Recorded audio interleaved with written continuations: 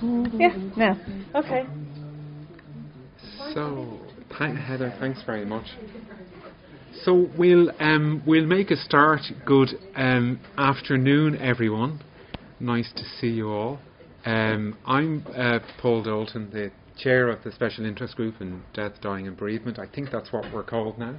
And I'd like to welcome you all to the second lecture in the series, the second of 5, and welcome most sincerely and most gratefully Dr. John McEvoy, who is a long-standing member of the Special Interest Group with a long-standing interest in death, dying, loss and intellectual disability. John has been working in intellectual disability for almost 30 years and has maintained an interest clinically and from a research perspective in death and dying in that environment and with that population. So I think it's fair enough to say that we do have somewhat of a legend among us tonight.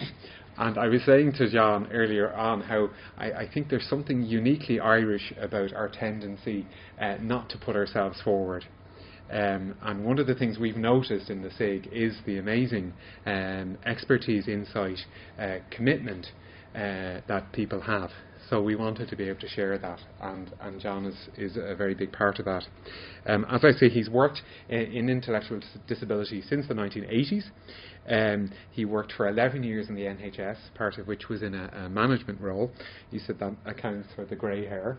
And John teaches widely, teaches on the clinical programs, the clinical psychology programs in Ireland. Is a principal psychologist with Midway, and is adjunct senior lecturer in UCD. He's widely published, and we are delighted to have him here tonight. So, without further ado.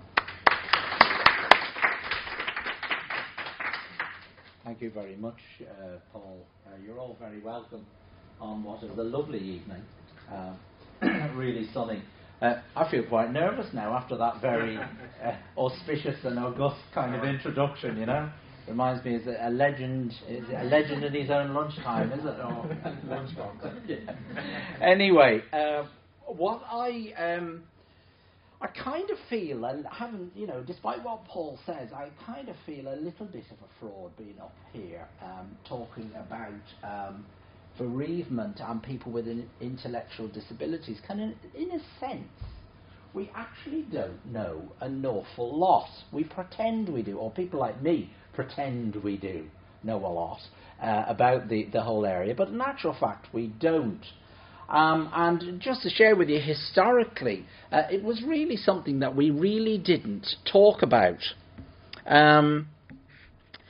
And it wasn't really spoken about or discussed. And I want to share some ideas with you tonight about how that might have come about and some of the history around working with people with intellectual disability.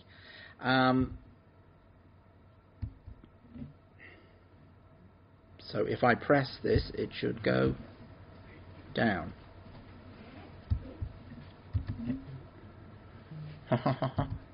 Or do I do it on the... Hold on, maybe we have to do it on the... No? Ah, yes! Solved. Such is technology. You'd think with all the experience of teaching I'd know how to operate the overheads by now, wouldn't you?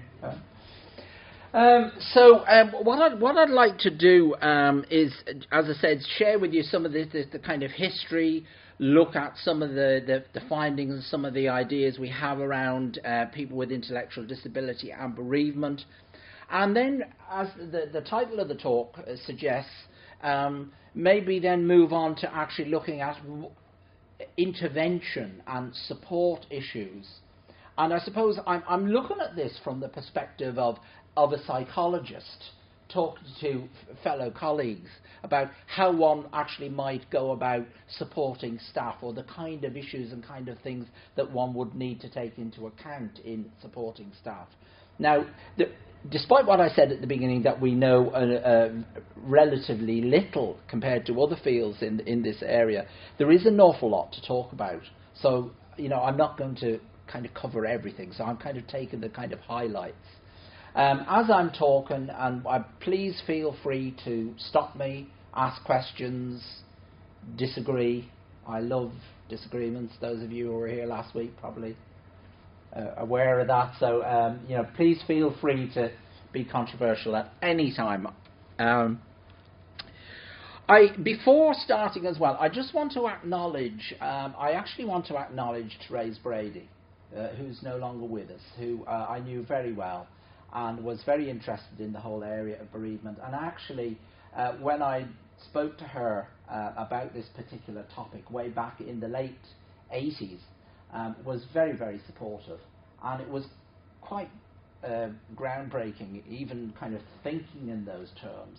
So I'd just like to acknowledge that. Lastly, I'd also like to acknowledge colleagues in UCD, Dr. Philip Dodd, Dr. Suzanne Gearan, and John Hillary, who, together with myself, have actually been, plotting revolution in this area for quite some time and trying to get some research out into the literature. Relatively successfully, I would add. So I'd like to acknowledge a big debt of gratitude to them, actually. As I said, this whole area wasn't really talked about or discussed in the past, and the first person who really brought it to our attention was Maureen Oswin, who died in 2001. And she wrote a book, the name of which escapes me now. It was on the old Souvenir Press. And she was probably one of the first people. She was a social worker by background and brought the whole issue of bereavement and loss in people with intellectual disability, or mental handicap, as it was known in those days, brought it to the fore. And I suspect she was probably prompted by the opening of Channel 4. You're all too young to remember the opening of Channel 4, aren't you? No, not everyone. October, November 1982. And on their first night, they showed a film called Walter, with Sir Ian McKellen in it. And I can't remember who the lady actress was. But basically, this was about Walter, who had a mental handicap, who had an intellectual disability, and he was living at home with his mother. And his mother died. So what he did was he moved in with his mother into his mother's room, and he kept pigeons, and he brought the pigeons into the room as well. And of course the body was getting more and more putrefied, and there was pigeon droppings and so forth and whatever. And then what happened was social services came. Rather a sad story. And then Walter gets carted off to the local institution because he's got a mental handicap. And later on in the film, he's actually abused there. And it has rather kind of a harsh existence. And I suspect that Oswin probably saw that film, and with her own interests and own work, basically said, look, this is something that needs to be brought to the fore. The other reason why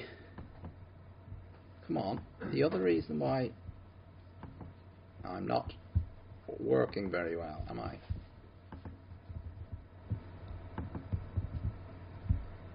Next. Sorry, Paul. No, it's all right. Let me have a little look here. First time, folks. This has never happened before.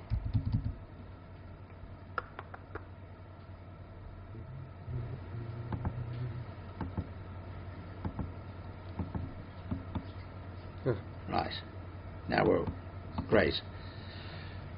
Right. So what do you? It's that one, left, is it? It's the left one. It's the left one. Right. What just some of the topics I want to run through is take a look at society and disability. actually discuss a little bit about people with intellectual disabilities. Now, I know you'll be very familiar with this, but I think it's no harm to actually revisit this, particularly when we're considering intervention and support for people, and some of the issues that might arise, their understanding of death, their reactions to bereavement, some of the support issues, and then finally to sum up with some of the kind of organisational issues that we need to be mindful of. So as I say, one of the reasons why this area wasn't really discussed too much was, I suppose, in the main, society's attitude to people with intellectual disabilities. And of course, society's attitude to intellectual disabilities, Finkelstein argues, is very much dependent on the type of society and where society is in terms of historical development. So, for example, there would have been less people with intellectual disabilities identified, or we would have been less aware of people with intellectual disabilities, for example, in a feudal society. Why? Pardon? There wouldn't have been the same demands, and technologically or industrially, people could actually get by in an agrarian agricultural society, so it wouldn't have been as prevalent. Okay? It's very interesting, the old English word silly. Anybody know where the words, I love all this nonsense, where does the word silly, a silly person, silly, come from? Anybody, any idea? Apparently it's an old Saxon word that means blessed, because silly people were blessed because they didn't have all the worries of mortgages and debts and banks and all these kind of things. So in medieval society, a silly person was somebody who was blessed. And then it lost that connotation and then became, as we know it today, oh, he's a silly Billy or whatever it might be. So it's interesting, the whole way society kind of looks at things. He goes on to say that, obviously with the advent of industrial society, and of course we would know ourselves from our history of psychology, the advent of World War I and World War II, and the requirement for people to be able to use weapons safely, and whatever, actually drove the intelligence testing market, so to speak.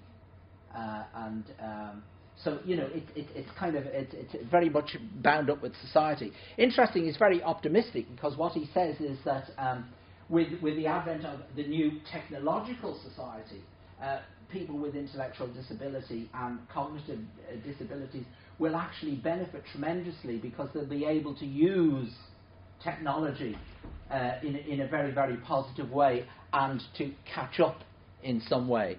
Although I'm not doing too well on the technology myself this evening, am I? The other thing, of course, then, is at the beginning of the last century, the whole thrust towards this idea of pathological families, and the Calicats and people like that were studied, and there was an awful lot of concern, particularly in America, around an underclass, and that an underclass would develop, and if we allowed these people to breed, they will simply breed lots and lots of people who will end up in crime and prostitution and alcoholism and so forth. So there was very much that kind of notion around at the time, and this was coupled with the advent and the discoveries that were being made in genetics, so that kind of drove the attitude. And in fact, one of the first public lectures that was actually given on intellectual disability was actually given to the Cattle Breeders Association of America. So that will tell you somewhere where people kind of ranked in the scheme of things. So the other thing that people kind of struggled with around people with intellectual disabilities is their kind of, I suppose, their concept around them. So are they angels who need to be protected because they're blessed, all right? Or are they demons who are really like wild animals who need to be controlled? And this was a constant kind of battle between these two kind of points of view. Both points of view, to some extent, actually led to institutional care. And I don't know, have you come across the writings of a psychotherapist called Valerie Sinison from the Tavistock? And she very much writes about, and Stuart Todd actually from Cardiff University as well, and they write about the whole notion of intellectual disability being, the whole thing is actually pervaded with death and negativity. And they reference, they comment on even the birth of a disabled child actually being like a death in the family, and the whole potential dying and so forth, and people kind of struggling with that. Of course, a lot of those views have actually changed. The other interesting thing was even when things started to improve, and to some extent psychology, and indeed President Kennedy played a major part with the President's Commission in 1963, the whole impetus towards the care and development really and support for people with intellectual disability changed. And I suppose some of the first work was done by a guy, Sidney Bijou, in 1969, the behavioural studies. They were very much kind of operant type behaviour done in a therapeutic setting, which were very, very effective and proved that people with intellectual disabilities can actually learn and can be improved. And that was extremely beneficial. But coupled with the kind of institutional attitude and so forth, it still tended to ignore the emotional life of people with intellectual disabilities. And to be quite honest, it was only in the 90s, if I'm really truthful, it was really in the kind of late 80s, 90s, that the emotional lives of people with intellectual disability actually came to the fore. And we started to get studies on personality and all these other issues in psychology being applied to people with intellectual disability, because it would have been very, very behaviourally dominated. And certainly when I was training, it was very, very behavioural. But again, there was a certain ambivalence around people's emotions. Well, they don't really have emotions, do they? They're not like us. Right across to the extreme, well, yes, they do have emotions, but we need to control those emotions. You know, they need to be behaviourally controlled, because if they get, they will become wild. So again, a degree of ambivalence. This also led really to the whole idea of people's grief being disenfranchised. And again, you'd be familiar with this, and Helen mentioned some of this last week about disenfranchised grief, where the person's relationship, and again, this would be quite problematic in an institutional setting. They're out of the family, so their father has died or their mother has died. Sure, they wouldn't remember them, would they? They have an intellectual disability. The loss is not really recognised or is hidden, and the griever is not really recognised. Well, they're people with intellectual disability. We don't really go there. So you can see how that kind of disenfranchised grief that Doka refers to really was, and still is. I had a case recently on the south side of the city, a guy who was a really, really nice guy, David, very familiar with the local guard, so much so that he'd go and sit in the Garda station, and he'd sit on the bench in the Garda station when people would come in, as they do for, to get things signed and passport stuff and whatever. He'd say, would you sit over there, please? And the guards loved him and whatever. And his uncle died. And he no parents. His parents were deceased. His uncle died, and he was kind of being looked after by his family. And his brothers and sisters did not allow him to attend the funeral. And that's only 18 months ago. And again, because they were very concerned, and they were waiting to say, poor David and whatever. And this guy was like sound as a pound, and very knowledgeable and very aware. But the service involved, we advised the service. They had long chats with the family, and they said, no, we prefer not. And they weren't being vindictive, or they loved David and were very involved with David and whatever. But when it came to this, again, what would he understand? So we're still up against that barrier somewhat today. They wouldn't remember people. It's better that they're not troubled. Sure, they've enough problems of their own without troubling them any further. And I suppose if the truth, is acknowledged, for some people with intellectual disability, would it not be better? Is it not easier not to include them? Some of them can be quite difficult and awkward to deal with. So families would tend to sideline people. So as I say, this is still the case today. The other thing that I must acknowledge in terms of changing attitudes and influence is the very controversial work today of, you probably remember from your undergrad days, Harry Harlow and the Wire Monkeys and all that stuff. And really what Harlow was kind of pushing very much was the power of love, and how important love and affection actually is for physical growth, never mind our emotional and psychological growth. So that was one influence, and this theme was again taken up. Helen mentioned John Bowlby and the attachment work last week, and again that was another theme that greatly influenced the work in intellectual disability and started the whole move towards repatriating people into the community and looking at attachment. And you say, well, why did Harlow kind of go down that road? Again, if you can recall, again from your undergrad days, going back, J.B. Watson, and the one of the first behaviourists, and Watson very much put out the idea that for mothers and fathers to show affection to their children was actually quite dangerous and would spread disease. And really what affection did was it led to adult psychological problems later on in life. Quite an interesting, quite a controversial character. I understand, if I remember rightly, I think he had an affair with one of his students, didn't he? Anybody remember? Yeah, I think he had an affair with one of his students and he was thrown out by the university. And then he went into advertising, using behavioural methods in advertising and subliminal messages and stuff like that, and became very, very successful indeed, I think he was involved in one of the first Colgate ads in America or something, so anyway, that was I was Watson.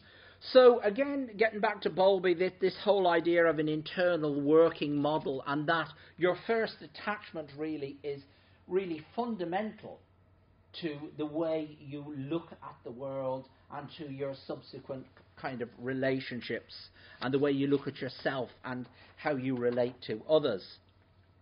And the primary caregiver being the prototype for that. So really that's just a very quick kind of loose potted history of some of the influences around intellectual disability and how we've got to where we've got today.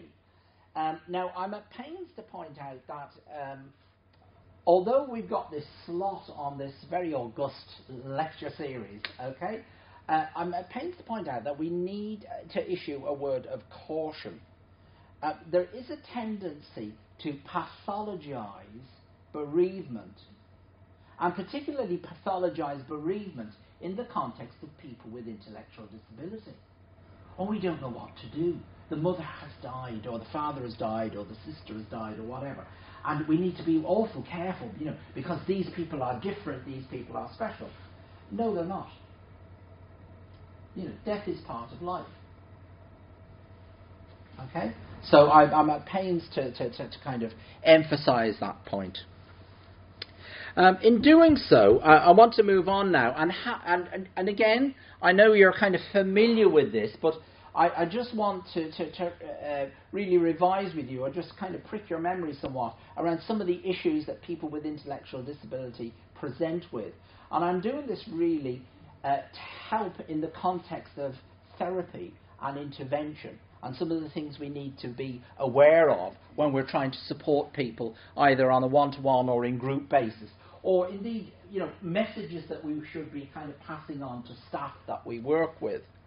And one of the first things that people have, and I don't want this to kind of come across in any way negative or in any way a kind of a critical analysis in any way. It's just simply being practical. Things we need to be aware of when working with people with intellectual disabilities. Purely that, in that context.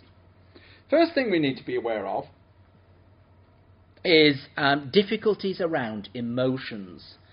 Quite a lot of research shows that people with intellectual disability have difficulty recognizing emotions. Now, we need to be careful here because a lot of this research is done on kind of faces and, Sue Spence, the card and stuff like that. Some work I did in the UK when I was there, McEvoy, Reid and Gearan in 2002, when we actually asked people about emotions in the context of bereavement. So basically what we did was we interviewed people and we told them a story about James and his grandfather dying. And we gave them an emotional recognition test. And then we divided them into people who passed the emotional recognition test and the people who failed. Very simple. Like, for example, if I can remember, one of the items would have been, it's a very, very hot day, and you're feeling, you want to cool down. So you go into the shop, yes, and you buy an ice cream, and you come out, and your ice cream falls on the floor from the heat. How would you feel? Disappointed, right? Okay, that's the idea. So it's a fairly simple kind of test. And so people passed and failed. Now, what we found was that of the 34, 52% passed the test. So 16 people passed the test, and 15 people failed the test. Okay? 31 people. And yet, all of those 31, when we asked them about James and the grandfather dying and how he would feel and the sadness and showed them pictures of a funeral, they all passed. So one of the things we need to be very careful at is to contextualize emotions for people within. If you show pictorially and give them a context to things, it's much more supportive. Another issue around emotions that people may struggle with is what we call emotional regulation. And you're probably struggling with some emotional regulation at the moment. You're sitting there thinking, my golly, why am I here listening to this guy? It's such a lovely evening out, or whatever. Okay? Or you might be at a meeting and something might upset you. Okay? And you feel like, oh, right, but you actually regulate yourself. Or you might distract yourself. And you might say, gosh, yes, this is really, really annoying, but look, myself and Paul will go for a pint later on and we'll shoot the breeze and get over it. So you distract. People with intellectual disability have great difficulty in doing that. They just tend to react to the emotion at the time, and they seem to struggle with emotional regulation. They don't seem to be able to generate alternatives for themselves. So we need to help them to kind of do that. The final thing is emotional vulnerability. Quite a few people with intellectual disability tend to be highly sensitive to emotional stimuli, particularly intense emotional stimuli, and tend to react or overreact, and sometimes they actually don't know why. And one can imagine in a bereavement situation where emotions are very, very high in a family, how that might impact on somebody, right? And and indeed they would tend to mimic and follow. They would have outer-directedness. So if everybody is quite distraught and crying, they will become distraught as well, but they mightn't actually understand. So again, issues around emotional vulnerability. Cognitive issues you'd be obviously very, very familiar with, but one of the big things we should be aware of is difficulties around executive functioning, difficulties around planning, multitasking, although I have that difficulty myself. But the tendency they try and only do one thing at a time. If their attention gets distracted at all, it seems to give a cognitive overload, and they tend to have difficulties around that. Memory deficits. People with intellectual disability have excellent memory. It's not so much a memory deficit per se as people's semantic problems, difficulties with language. So again, I would emphasize using props, using pictures, I mean, the iPhone is a fantastic invention because you can actually now use it and take pictures of people and actually use that with people in a very, very practical way. We couldn't do that in the past. But where you tend to kind of rely, and we do tend to be very verbal. I'm very verbal in psychology. A lot of our therapy is, talk therapy. And they don't get it. It's very, very confusing. It's too much. And the memory that can kind of impact on the memory. Attention control, you will find an awful lot of people with intellectual disability like to get the job done quickly because they don't want to appear disabled. So they don't pick up on any cues. So it seems as if they're actually very, very impulsive. But it's almost like a kind of a psychological anxiety to kind of cover up. Okay? Problematic thinking. What Spivak and Schur called no-thought thinking. That when presented with a problem, there's just no thought. They can't generate alternatives, like what would you do? So again, need a lot of support around these things. The final issue I want to look at is behavioural factors. And again, you will be very familiar with this. Difficulties coping with frustration, quite high rates of depression, high rates of aggression, which again would be a marker. Now, there's some controversy about whether aggression is actually a marker for depression in people with intellectual disability. But again, it is something that we should be quite mindful of. Higher rates of mental health problems in people with intellectual disability. Also, some developmental problems. So, for example, people's physical growth and their age will move on, inevitably, because their genetics and their biology will push people along. But emotionally and psychologically, they may be trying to catch up. So people, for example, an adolescent, so this person has an adolescent's body, right? But they are still trying to cope with some of the issues that a 9, 10, 11-year-old would be coping with. And so there's a kind of what Greenspan calls a developmental mismatch.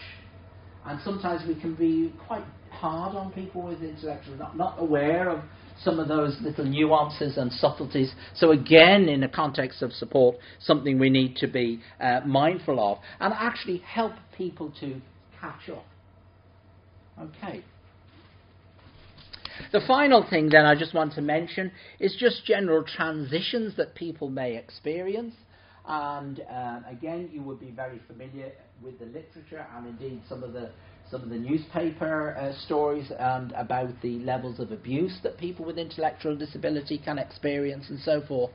So all of those factors we need to be aware of and mindful and bring with us when we're actually looking at the whole issue of bereavement and responses to bereavement in an intellectual disabled population.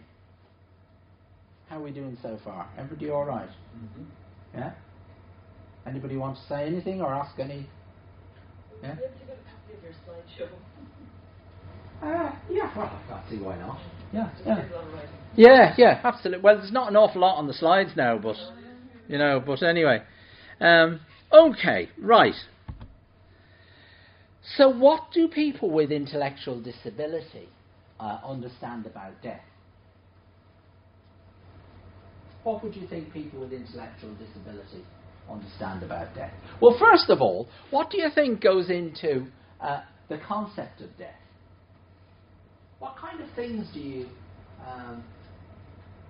have to know about death to have a fairly good concept of death?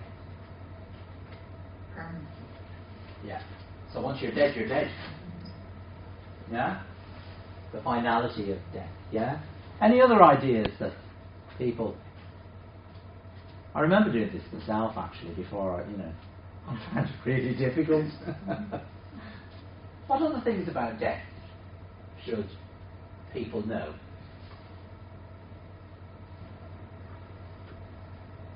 Why is it important to have a concept of death? Why is this stuff important anyway, in a therapeutic context? Oh, lost. Yeah. Death is inevitable. Excellent. Yeah. Yeah. Death is universal. Will you die? Will I die? Yeah. Do all living things die? Yeah. Sorry, wrong one. There. To have a concept of death, there are at least four, probably five basic subconcepts: causality, universality, irreversibility, and non-functionality. Right. Sorry, can I go back? Yes, I can. Just to give you those again. Now, you probably again guessed this. This comes from Piaget. Okay?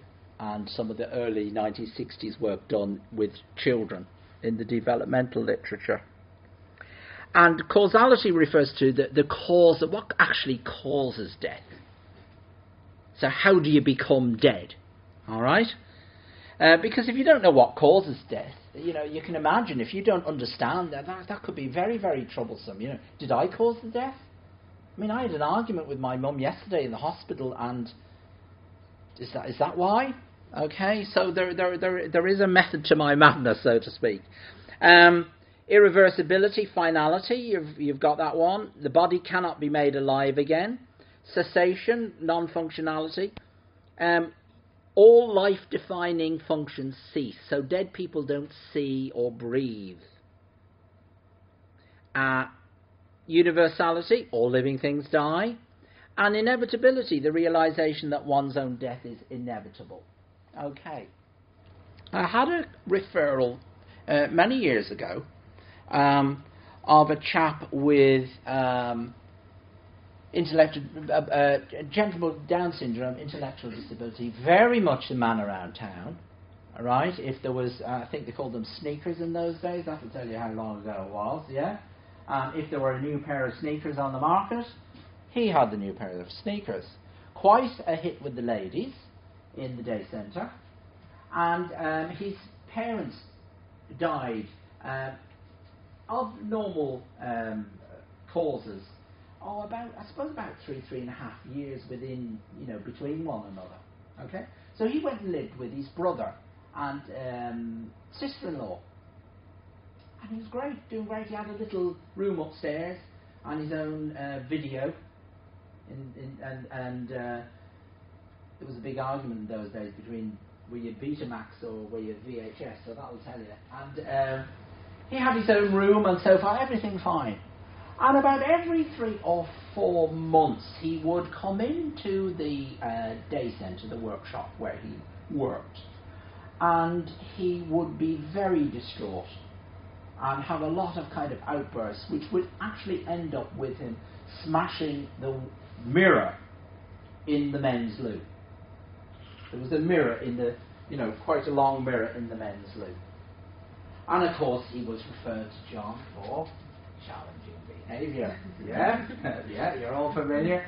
And of course what did I do? I did my ABC charts and I did everything. Could I work out what was going wrong? No. Plus the fact that it was quite an infrequent, so you couldn't get any frequency of the behaviour as such. So we thought we'd refer him to the psychiatrist. Lovely lady, so went along to see the psychiatrist and she said, don't be silly. He's got more sense than I have. Go away. So we could not work out what was actually going on. Could anybody speculate? It was a bereavement related issue. Can anybody actually speculate what was happening? Quite a complex thing, but simple in the end. Any ideas? And it was to do with this lack of understanding.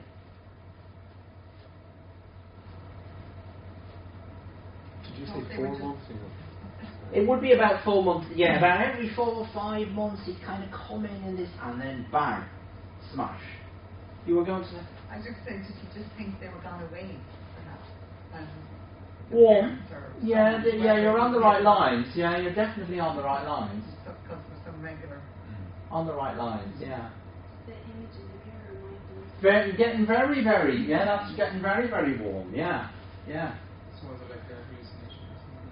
Well, that's why we sent him to the psychiatrist, and she said, come on, He was on his own in there. He did actually look a bit like his dad, even though he was Down syndrome. You know, people say, "Oh, you look like the dad." Does his hair grow?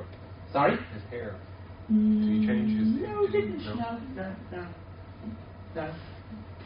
Well, I tell you what, it wasn't me. It was, again, unfortunately, George Hyland, the workshop manager since passed, a very interesting man, actually played in goal for Stoke City many years ago. Kildare man. And anyway, George sat down with this chap one night and got talking to him. And what he discovered was that this chap had his own room at home. And he had done his sex education course. And what had he been told on his sex education course?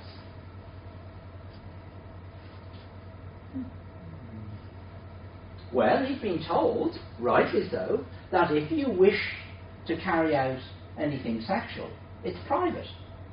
And you do it in the privacy of your own bedroom. Yeah? Any further ideas? This is amazing. No? Okay. What actually happened was he explained to George that he would carry out these private things in his own room, right? But the trouble was, Mummy and Daddy were watching. And they wouldn't like that. Okay? Because what we discovered was, he was quite clear on why they died. They died of old age. And he had no problem with that. He was quite clear, yes, like mummies and daddies die. It's a universal thing. Quite happy on that, right? Are they coming back again? Definitely not. He'll see them in heaven, but they ain't coming back. Can they breathe, see and hear in heaven? Yes, they can. Or so he thought. And so what was happening was all this kind of tension and so forth was actually building up, and he'd come in and he'd just like, almost like a kind of cathartic, like very Freudian this, isn't it? Not my style at all, but you know, he'd kind of come in and let loose. And you're quite right about the memories and the mirror, and he had this kind of almost like a kind of a strange, worked it out for himself that, you know, the other world, a bit like Alice through the looking glass type phenomena, that this other world was, you know, very, very interesting. Now, I'd love to be able to take some plaudits for this and kind of get into the bottom of it, but it was actually George who kind of... And we spoke to him, and we went through things, and we explained, and George explained it in a religious context to him, what it actually meant, and what happened. Ceased. Absolutely no problem.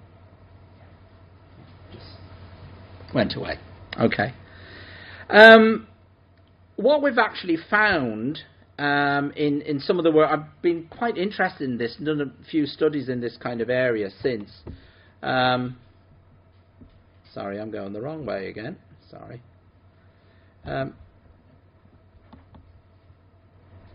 What we've actually found is that people with intellectual disabilities, a bit like the chap I mentioned to you, have actually a mixed or a partial understanding of death. So they've got bits of the jigsaw, but they haven't got the whole picture. And interestingly, they tend to be quite limited in their understanding around kind of biological concepts, and tend to fall back very much on religious explanatory frameworks. Now that's actually not necessarily a bad thing. That's actually quite a good thing. And you know, I would support that and encourage that. Where the difficulty arises, though, is around the lack of biological understanding, and this kind of creates difficulties around the causes of death. So they've got quite limited understanding, and the way the causes of death and illness kind of fit together. So again, quite a lot of people with intellectual disability can be extremely worried about becoming ill or about going to hospital. It can be extremely frightening, because if you go to hospital, what happens to you? You die. Yeah. Now we know you don't. You go to hospital for hundreds of reasons, you know. But that's very much the kind of the understanding. So I feel there's quite a lot of work to actually be done. Quite an interesting paper this, where we kind of explore the concepts and we actually interview people and look at their kind of explanatory frameworks. And again, I kind of take a look at it. Very, very interesting ideas there. The other thing that we found from our work as well is that people with intellectual disability have very poor understanding of the aging process. And, even the kind of, you're born, life's a bitch, and then you die, right? They don't have a life cycle. And again, my explanation around that is quite simplistic, but I think it does stand up that if you look at the life development of people with intellectual disability, it's pretty much the same as everybody else up to about the age of 17 or 18, isn't it? They go to school, the brothers and sisters go to school.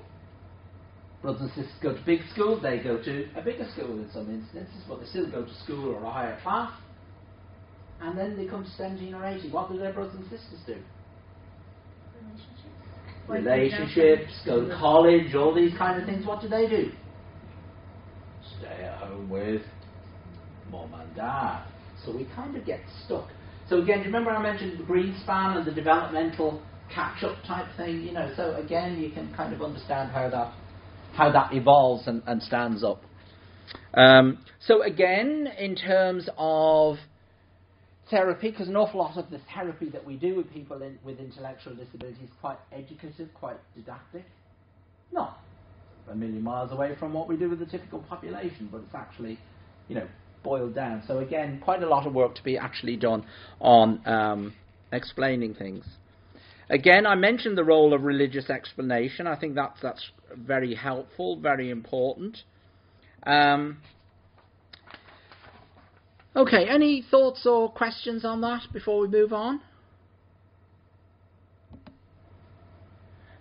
So how do people with an intellectual disability react to loss and death?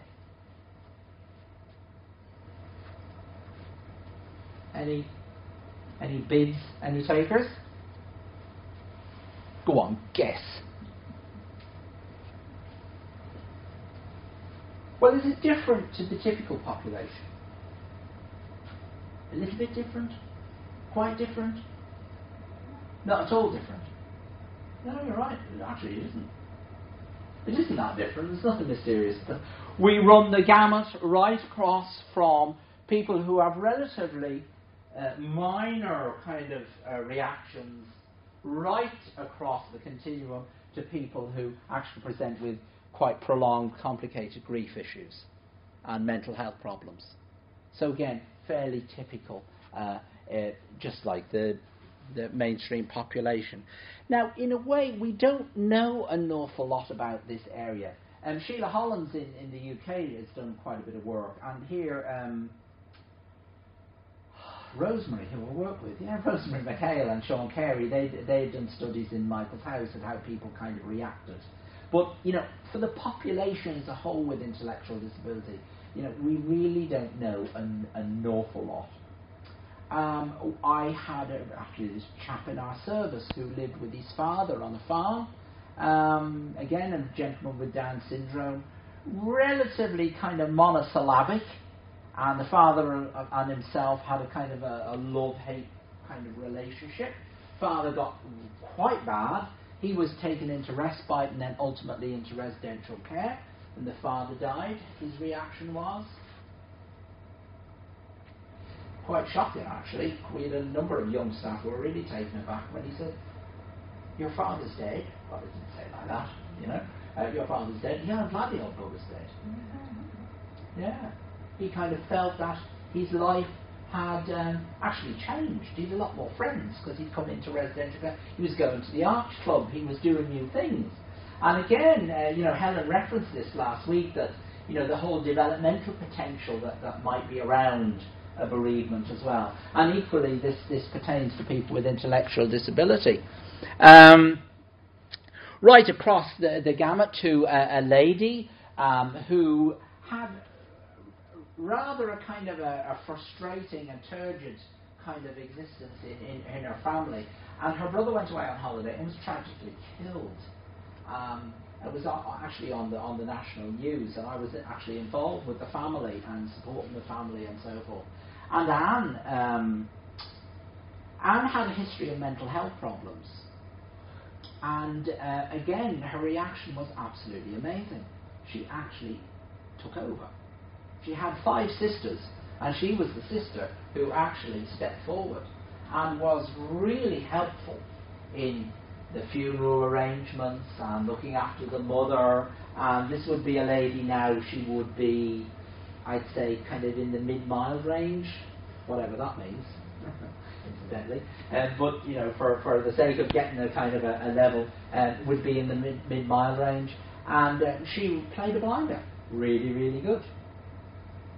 About 7 months later, she ended up in the day psychiatric service. Just totally kind of fell apart. Found it really, really difficult, you know. But at the time, when we were all kind of concerned about what her reaction might be, she was absolutely fine and had lots of things to do and lots of activities and was very included and really enjoyed it. But then, you know, which is often the case as a bereavement dies away and the kerfuffle of the ritual and so forth dies away, you know, people are actually left with their loneliness. Again, Anne started to kind of develop quite serious problems. Work by my colleague Dr. Philip Dodd and ourselves, we actually looked at people with intellectual disability and complicated grief. We looked at people who were bereaved, who were actually had a parental bereavement, and then people who went into respite care. So they would have been so we used them as a kind of a comparison group. And we did, we wrote to Holly Priggerson and we kind of adapted her complicated grief questionnaire to work with staff. So it wasn't the people with intellectual disability themselves, it was by proxy with staff. And we looked at 2 groups, 38 in the respite contrast group, 38 in the bereaved group, to see were there any effects. And what we found, you're familiar with the complicated grief questionnaire, and it's got 2 factors like a traumatic grief factor and a separation factor. And we found no significant effects on the traumatic grief factor. But on the separation factor, we found significant effects for quite a few people in the bereaved group. A third of the bereaved group actually scored in the clinical level for the separation factor. And when we went back and actually talked to the staff, again, you know, they were using terms like extremely lonely, very sad, that type of language. And interestingly, when we went back then post hoc and kind of eyeballed the data, because we thought, oh, well, there's something about these people that could be different. To our horror, we actually found that the majority of these people were very, very much involved in the funeral and in the funeral arrangements and so forth. So how do you explain that one? Well, we explained it in terms of that if you are going to involve people in rituals and involve people in the whole mourning process, again, given the cognitive and emotional difficulties that they present with, it would be mindful to do quite a bit of preparation and educational work. And we think that what may have happened, and again, we're only speculating here, and you know, this is ripe for further research, that what happened was staff said, oh, it's a good idea to get them involved in the funeral, we'll bring them along to the funeral and help the family, but they didn't actually explain what was going on and some of the nuances and finer details. And even when you explain it, you have to explain it again and again because of the memory and the language issues. Now, I'm just speculating there, but it was quite an interesting finding. So to sum up, really, people with intellectual disabilities' reactions to death run the gamut of the typical population. Okay? The next thing then I want, how are we doing? We're doing all right. Next thing I want to look at is support issues.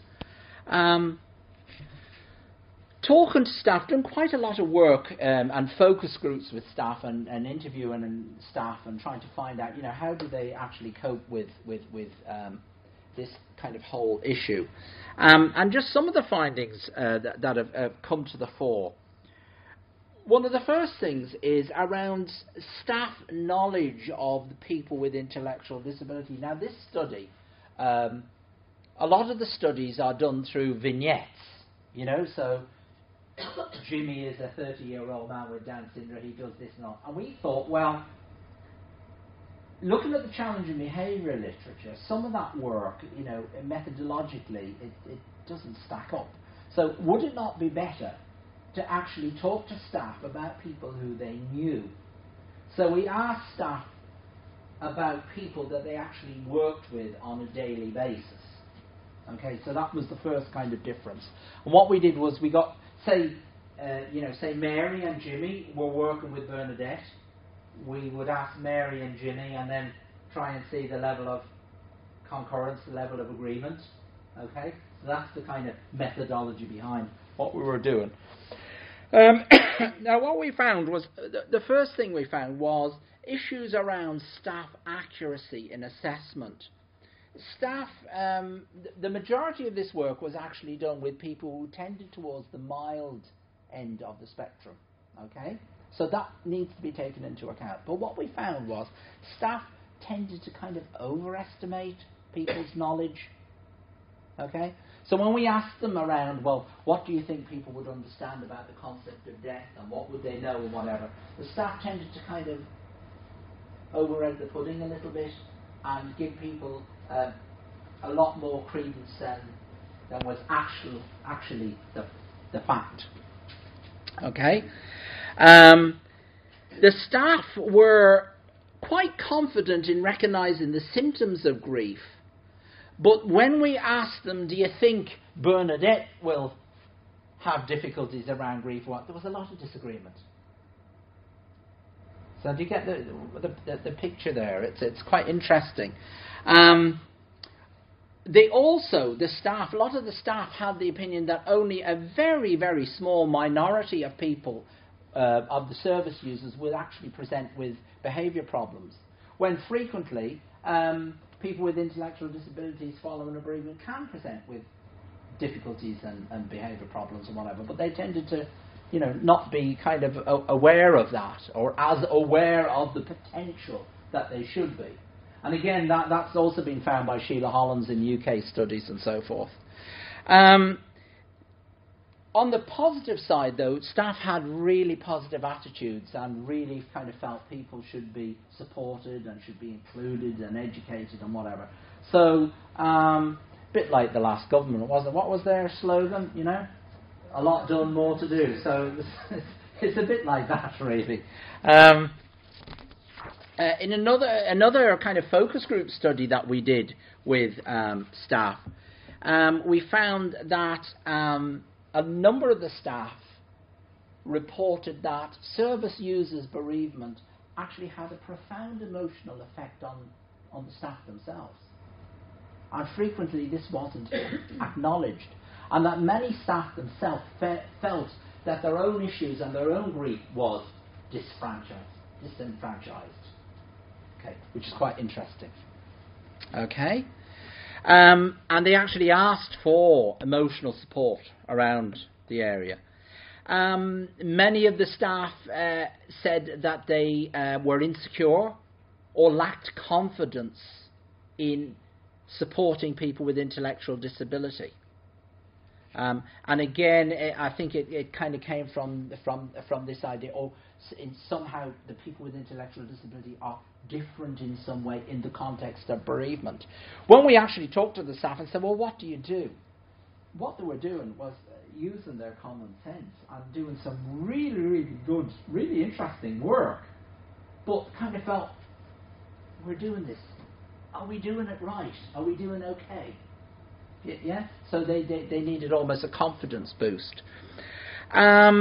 There was surprisingly a lack of knowledge around formal procedures. So particularly important in a residential context when you're on duty and whatever, and if somebody dies in the middle of the night, what do you do? Yeah?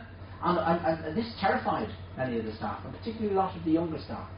They're very scared, you know. And a number of their actual staff said, we haven't seen a dead body. You know, what's it like, and this kind of thing. Okay? And again, this isn't particularly a new finding. We'd done a previous study in 2005 where we'd surveyed organisations throughout Ireland, and we found that very few of them actually had. I think out of 76 organisations, only 17 had something like what they called a policy around bereavement and guidelines for staff. So again, very, very important to check out, you know, locally, you know, what's the kind of local bereavement network, who's the local chaplain, who's the local vicar, who's the local parish priest, all these kind of, you know, sensible things to do that can actually take away some of the kind of anxiety for the staff. You'd be surprised. And then somebody will take a notion and actually do this work. And then the staff turn over and some new staff come in, but they haven't been told that, oh, there's a green book in Mary's third, you know, drawer in the cabinet that's really good and it's got all this information. So again, you know, I think we need to be again a little bit more proactive around this. Okay, so these were the kind of things that staff were saying. And the biggest thing, well, not the biggest thing, but again, equally emphasised by staff was they wanted training. They wanted training. They wanted help in this whole area. And that's something that we're quite involved with. And the two main things around this, they actually just wanted basic information on people with intellectual disability and bereavement. And they wanted information, I suppose a lot like what we're trying to do in the special interest group. They wanted basic information around bereavement theory, what were the latest trends, how did people think, and how can this be distilled and applied to people with intellectual disability so that we can help them. And the second thing they wanted from the training was they wanted, are there practical things that we can do? Are there strategies that we can use that will actually support and help people with intellectual disability following a loss? And as I'm pains to point out, a lot of what staff do already is actually excellent. It's just that they need, you know, they need a little bit of a boost, a little bit of help. In terms of actually developing a model of support, I kind of nicked this, plagiarised this from Sue Reed, who works in the nursing department in Keele, and she's done quite a lot of work in this area, particularly around counselling area. I think she's done a counselling manual for people working with people with intellectual disabilities. She's since gone into palliative care. There's a lot of work in palliative care, which again is another specialty within intellectual disabilities. That's because people are living longer, we're having people with intellectual disabilities and cancer and so forth who need treatment. So again, this is another kind of an area that we're kind of looking at. But that didn't come out so well. But I've tried to do this on a kind of a step-by-step basis. Okay, so really the first level to really look at is education and information, and there's a lot that we can actually do around that area. Doing work on death and death concepts. When I worked in the British Midlands, there was a great woman there, Karen, Scots lady, and she was the residential manager. And every so often she had a great contact with one of the local undertakers in Hall Green in Birmingham. And every so often she'd take 3 or 4 people from the residential scheme, and they'd head off in the car and they'd go on to their visit to the undertakers. And they go into the undertaker, he was a very funny man. Apparently he used to tell them jokes non-stop or whatever. And they go into the undertakers and he'd bring them into the foyer and he'd explain, this is where the family comes in. And then he'd explain, this is where, you know, the book of condolences is signed and so forth. And he'd go through everything. And then he'd bring them out the back to where the coffins are made. And they loved it. And they'd stand inside the coffin and they'd be tapping it and banging it and whatever and that. And then when they had all that done, there's a few more jokes told, and they'd all head off to McDonald's for lunch or whatever. You know? So Karen used to regularly do this. Now, some people didn't buy into it and didn't. Some of the residents didn't want to go and didn't go. But a lot of them did, and then would talk amongst themselves about what they discovered and what they found.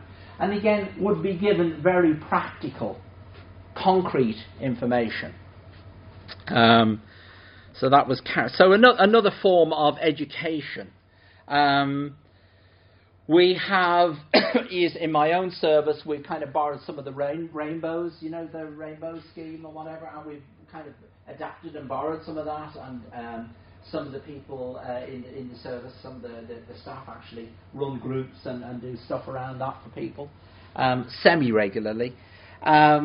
Education around coping skills, emotions, problem solving around emotional problems and relationships.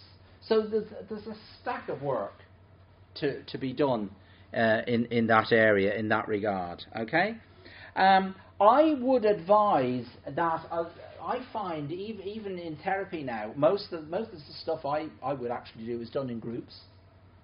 I find the one-to-one therapy difficult. Well, partly for time reasons, okay, but actually more importantly for the people with intellectual disability themselves. They find it quite arousing, quite emotional, whatever. Whereas if we get people in small groups and they can kind of melt, as it were, it's not kind of so eyeball to eyeball, and they actually help one another. Now, I warn you, it takes quite a while to get. It takes about 3 or 4 sessions to get the group going, because there's a lot of kind of jiggery pokery going on and pushing and what. It's a very kind of vibrant kind of thing, and then people it settles down, and then it really does actually start to take off. And I can remember one of the early groups we had a gentleman who was non-verbal in the group. I was kind of wondering, and I'd read all the stuff about choosing people for groups and being very careful about, and people and all that kind of thing. He said, sure, look, we'll give it a spin. And he loved it. And it actually worked out really, really well. Even though he couldn't we thought he couldn't participate. It just shows you how wrong you can be. So again, I find the group thing quite helpful. And then I would kind of use role play and stuff in the group and get people to kind of act out. So that, like, if you had a problem, we'll say, what we would do is we'd get Paul to act it for you, so that the pressure wouldn't be on you. Okay, and we just little things to make it just a little bit more kind of user friendly. So I found that very, very helpful. Informal support and staff can be helpful. I've done particularly around some of the rainbow stuff and whatever. We actually have staff in the group along with us. A bit like the anger management for people with intellectual disability. You always have the staff in the group with you because it's usually the staff they get angry with. So it's similarly just borrowing that kind of idea, and then the staff can kind of talk informally to people and so forth. Just being there, encouraging the staff to be there for people, to actually engage with people. Narrative is very important, and stories and family stories. And again, there was mention made last week of this and this kind of search for meaning and so forth. The importance of social buffers and social support and social networks for people with intellectual disability. It's quite important. Just 2 cases. I had a chap again referred to me again for challenging behaviour because he would not stop asking the staff, am I going home now? What time is it? What time is it? And he kept on about his watch. Okay, so he was referred for this. He got very, very annoying behaviour. And when we got talking to him, now he wasn't great at the language, but we kind of managed to kind of sort things out. And what we actually discovered was the watch had been given to him by his deceased father. Okay. And what we then went on to discover when we were talking, we got social work involved and got other people involved. What we then started to discover was that the family were very big in the GAA, had been quite involved locally in the GAA. And the father had died and had a big funeral and everybody was involved. But as the months and years had gone on, this chap and his mum had become more and more socially isolated. Okay? So it was only at kind of big events, right, or at church, that people would actually contact, or that they would be in contact with. Sorry, put your teeth in.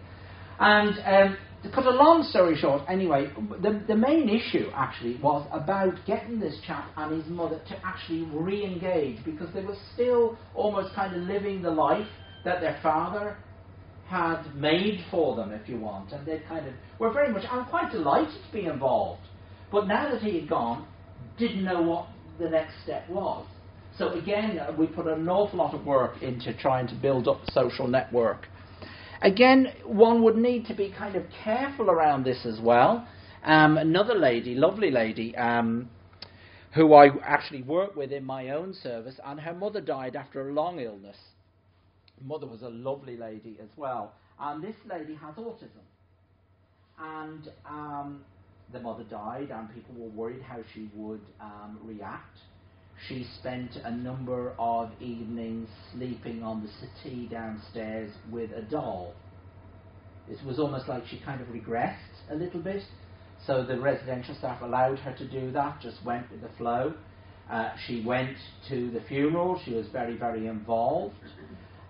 Two things struck us. First of all, she was very, very concerned about the house, particularly the library in the house. There was a little library with books, and she was very, very concerned about who would get the books and what would happen around the books. And again, that makes sense if you see it in an autistic context. So obviously she was upset about her mother, but the death of her mother really actually wasn't the central focus. It was more the practical issues around the conveyancing, the selling of the house, and the books. She also has a number of sisters, but one of the sisters who was in the UK would ring her regularly, every 2 to 3 days, and say, how are you getting on? How are you getting on? And some weeks went by, some months went by, and then she started to self-injure. So she started to scrape and pick at herself quite badly. And obviously I was referred to me, I was called down, I spoke to her before I did anything at all. I spoke to her and I said, obviously I spoke to her about the death that I actually went to the funeral, about her mum and so forth. And actually what came out of the conversation, again, very, very practical, very, very simple. Two things we did. First of all, when she came to the day centre in the morning, it was like Euston Station. It was mad. There were people coming and going off to supported employment. There's a lot of buses pulling in, people going out. Too noisy. She didn't like it. Okay? So we made an arrangement that when she left the residential centre, she would go for coffee in one of the local cafes, and staff would meet her there. A member of staff would go and meet her there, right? And when all the kerfuffle stopped in the day centre, she would go down and then she'd engage and get out her setup and decide what she wanted to do. Okay, that was the first thing. Second thing she said to us was, I wish my sister would stop inquiring of me. I know she means well, and I know she cares for me, but it's driving me mad. Well, she didn't say it like that, but that very clearly was the message. So we rang the sister and we had a very rational, very sensible conversation. We explained about the autism and so forth. And we basically said, well, look, can we put some kind of a target around this? So perhaps you maybe ring once a month rather than 4 or 5 times a week. Our sister, very sensible lady. Yep. And problem dissipated.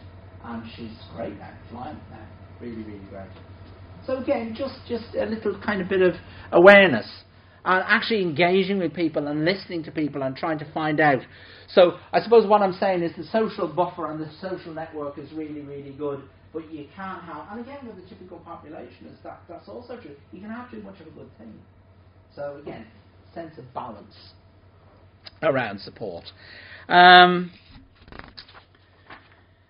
choice and inclusion is very, very important. And again, somewhat of a theme last week when Helen mentioned about people wanting to be in control or wanting to feel in control or actually be in control. And frequently in bereavement, people feel very, very much out of control. In fact, your whole world is just turned upside down. It's like a kind of an earthquake, and everything you kind of believe in kind of just like it stops, or it's not. There's a certain surreal quality about being there. So again, and this is really a big, big challenge, because so many of our people with intellectual disability do have very little choice and actually have very little power in that sense over where they go, what they do. So again, I'm at pains to try and emphasize and encourage people to kind of let go and actually give them that that power, give the power back and let them make choices and get them included. And I suppose to take reasonable risks. Okay, I think a lot of this is around. It's done for good reason, to be protective. But sometimes, again, being overly protective can actually be detrimental to people. We have to let people fly a little bit. So again, that's something that I would be quite strong on. The other thing too is around choice and inclusion, around the kind of anticipated grief, the death, during the illness, the death itself, and then post-bereavement. So again, actually getting people to stand back and kind of look at that and plan, well, how can we include this people? What does this person want to do? And if we talk to people, even relatively non-verbal people with intellectual disabilities, they're quite capable and well able, in many instances, to tell us what they want. And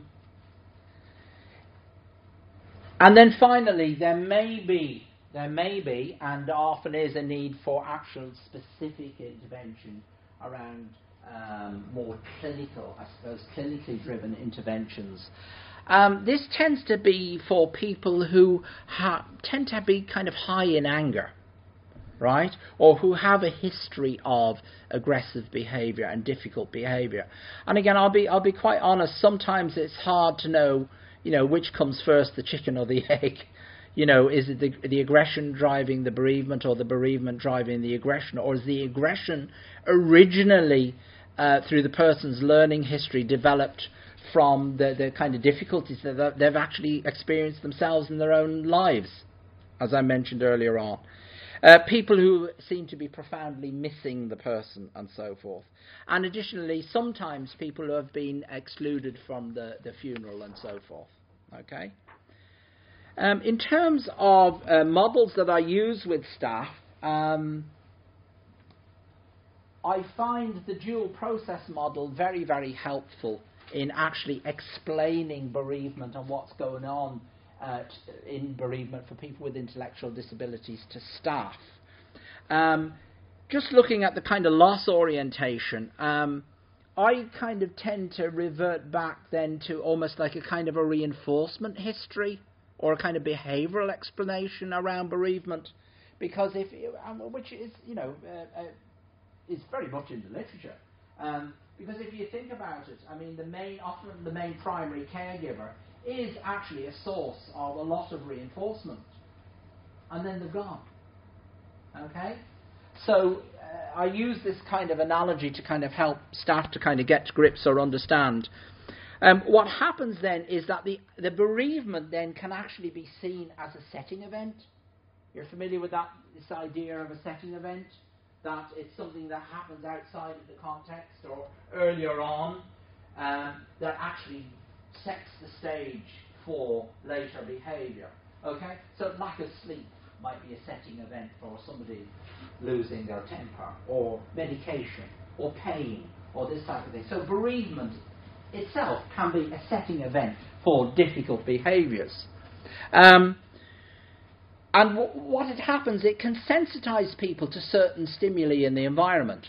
So the stimuli can act as kind of triggers, right? So people are more sensitive. And that very much fits in with the emotional vulnerability that people have that I mentioned earlier. The other thing that we've actually noticed is that, again, some reinforcers, to use the technical term, some reinforcers actually lose their power. People actually lose interest in things, or certain things that interested people actually they're not that interested in them anymore. Okay? They kind of lose pleasure or whatever, or they lose interest. So, again, there's very, very much a need to kind of be constantly, this idea, I suppose going back, those of you who are familiar with the PCP model and whatever, that it's actually a living thing, that it's a dynamic thing, that, you know, we don't just make plans for people and then just leave the plan there. It constantly has to be updated and talk to people and keep on top of things. There's a loss of reinforcement, as I mentioned, with the deceased, and in a way, bereavement is a kind of a form of punishment or even extinction. And sometimes we can get extinction bursts or spontaneous recovery, say for around anniversaries, and then we wonder why is Jimmy setting off? Why is Jimmy being difficult? And then we realise that, well, hey, it's coming up to his mother's anniversary. So again, that using that kind of model can be quite helpful for staff. On the restoration side, there are quite a few things that need to be taken into account as well. For example, maintaining routine. Very important to maintain routine for people. No sudden transitions. Unfortunately, people with intellectual disability frequently, particularly on the death of the last primary caregiver, they get stuck in emergency respite and then on to emergency residential care, on top of actually losing, and it just becomes such a abusive and messy situation. Okay? So again, just something to kind of be aware of. No sudden transitions.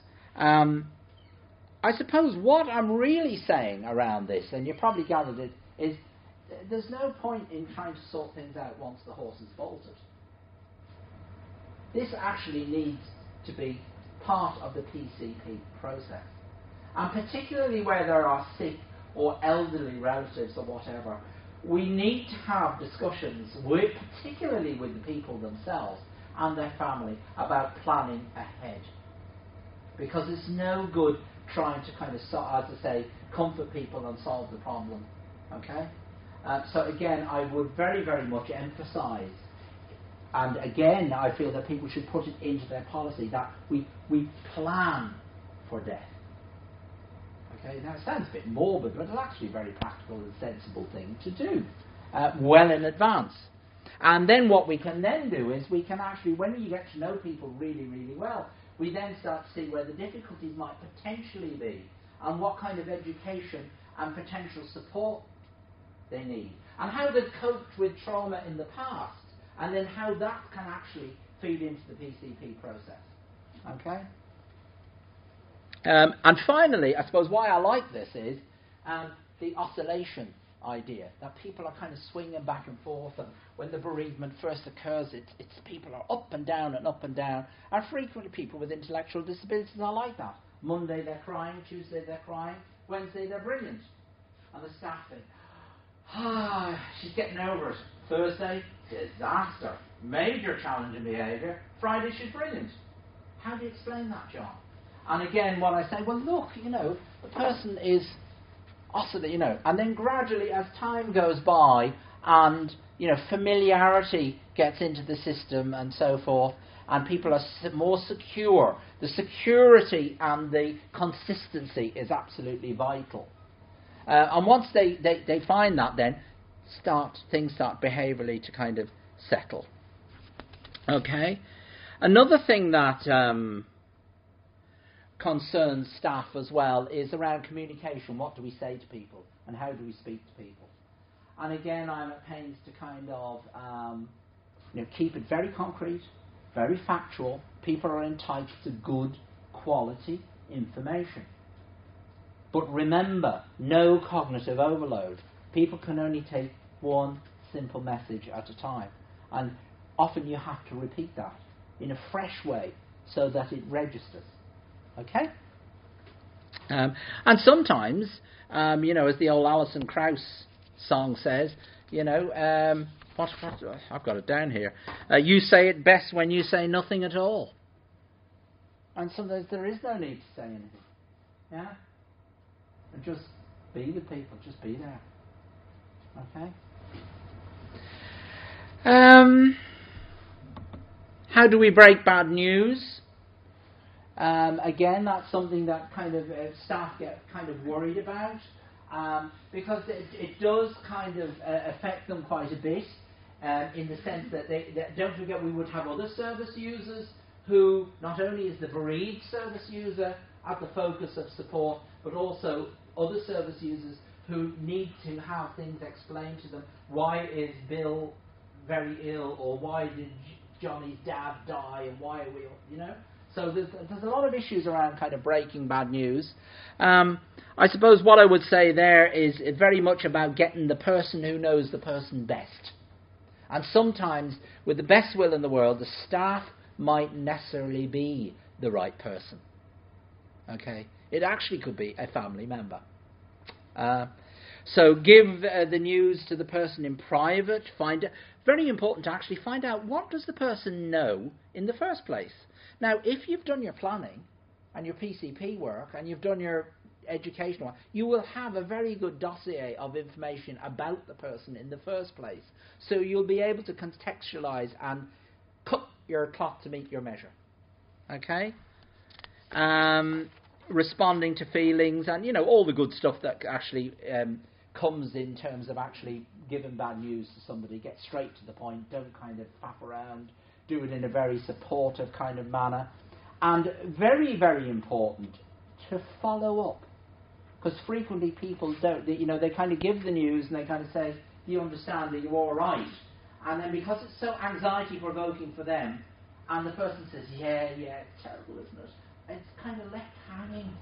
And I can say, no, go back 2 or 3 times and just check out. Where is the person at again? And have they really understood? And what is their understanding of what's actually happening to them?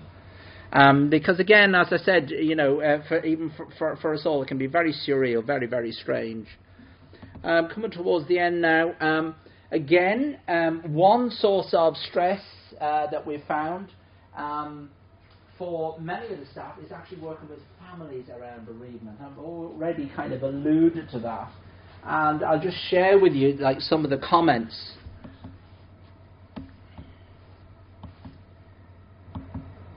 They're comments that families would say about the staff in this kind of context, So they have to change if things are going to get better. That's the one at the bottom. And it's very interesting then when you talk to staff.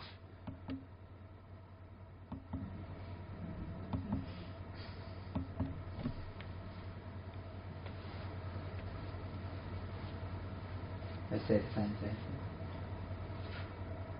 So what do we do here, folks? We have a cup of tea. That's what we do. Get people together face to face. Get people to know one another.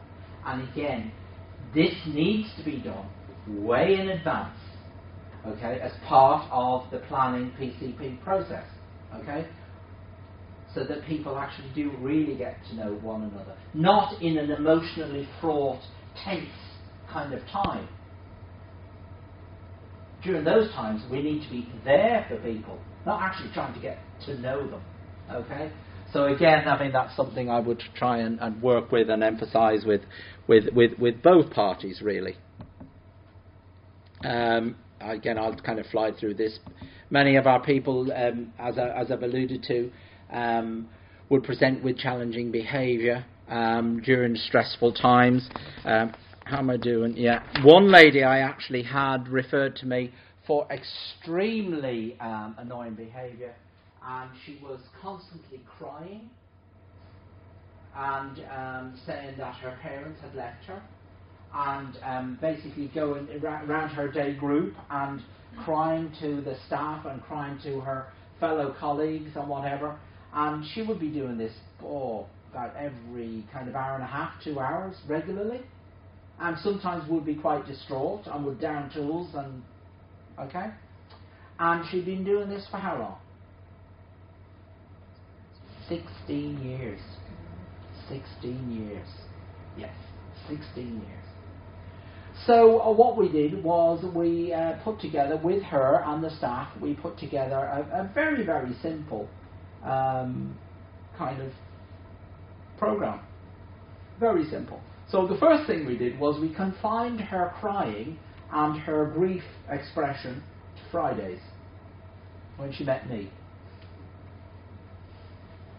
So if she started to cry or wanted to say about her mummy and daddy, staff would say very kind, yes, that is really, really tough. You know, you must be quite upset.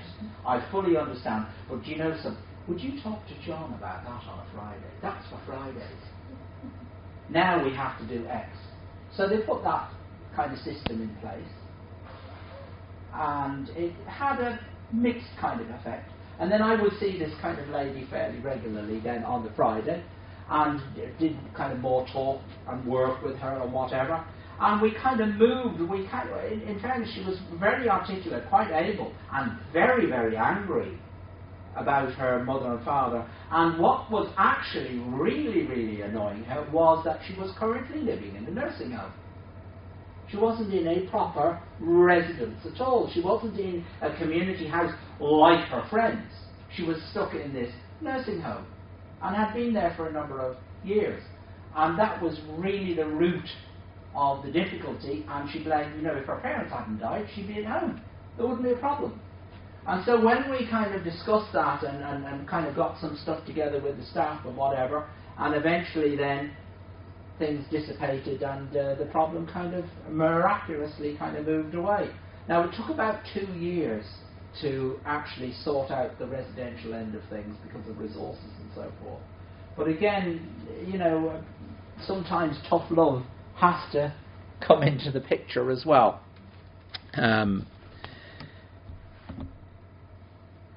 Frequently people with intellectual disability present with mental health problems, and again I feel this is actually underdiagnosed in many of our people because everything's been so kind of behaviourally oriented, and even though I'm quite behaviourally oriented myself, we still need to look at the bigger picture. Just a very, can people see that?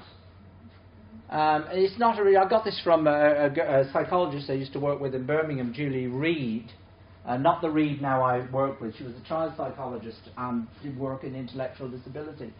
And we called it beams because it's like bringing a torchlight beam to a problem of mental health. Do you like that? Mm-hmm. Yes, that's an acronym. So looking at people's behaviour, energy levels, their appetite, their general mood, and their sleep.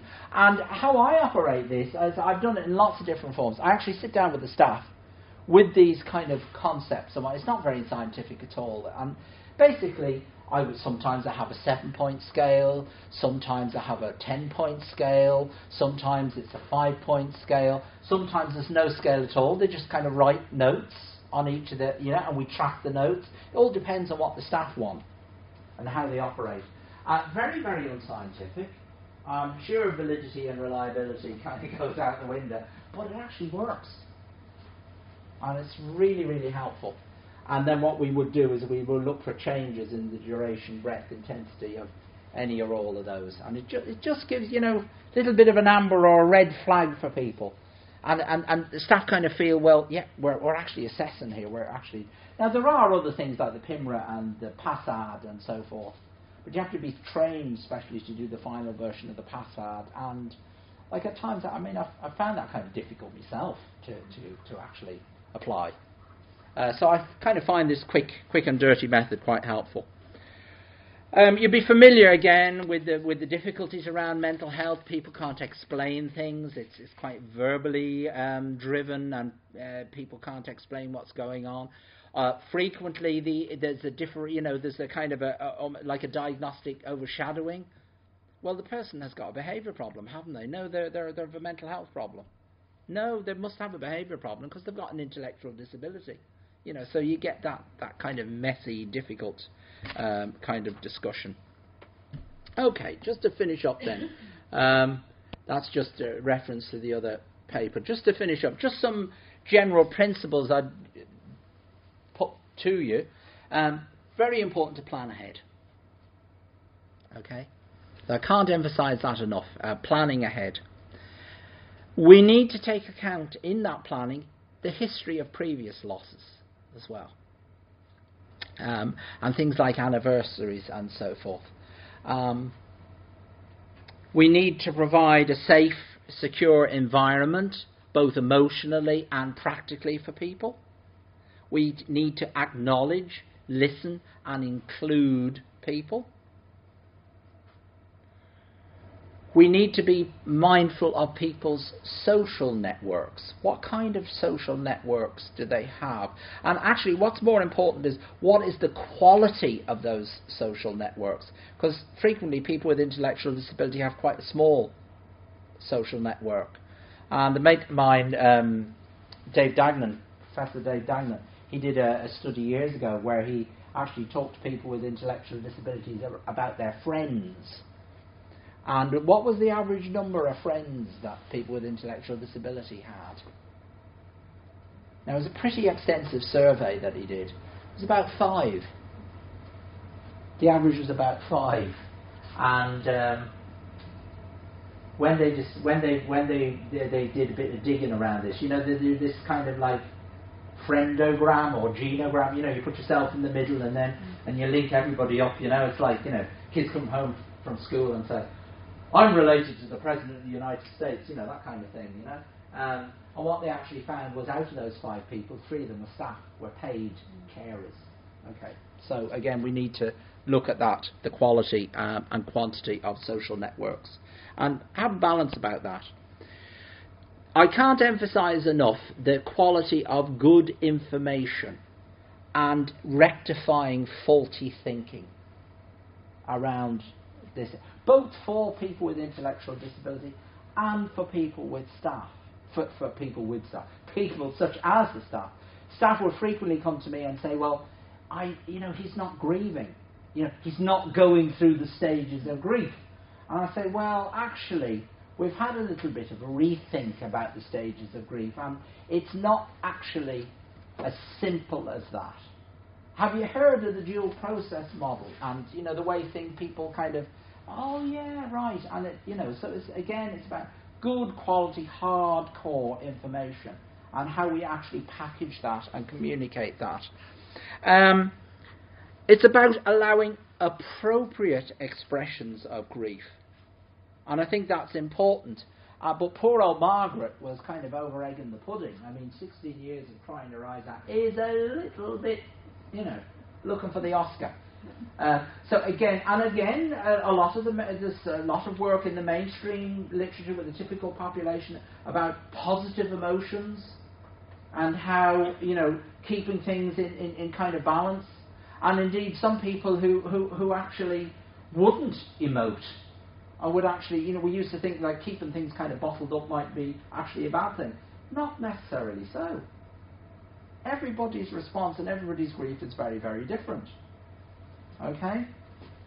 And I just reference, is it Silverman and Bonanno and people like that? So, just to kind of bear some of that in mind.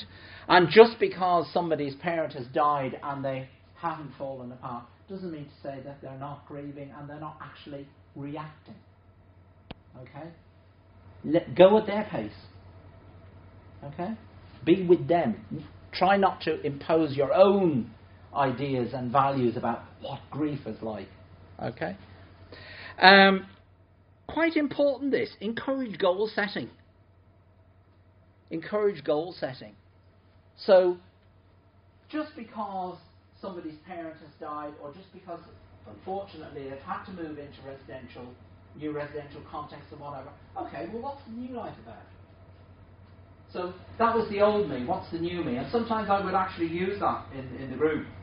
Like the old me was when mum was there, but the new me now does this and this. And again, that's quite helpful and supportive. And just the final thought, particularly for those of you who will be doing consultancy work or actually do already work in services or whatever, or intend to work clinically in services, I just say, what's the policy? You know, what is the policy? What simple guidelines? Where's the little handbook? What do I do? 12 o'clock at night when something happens. Who do I ring? What do I do? Very, very important. I think we'll leave it at that for the time being. Okay?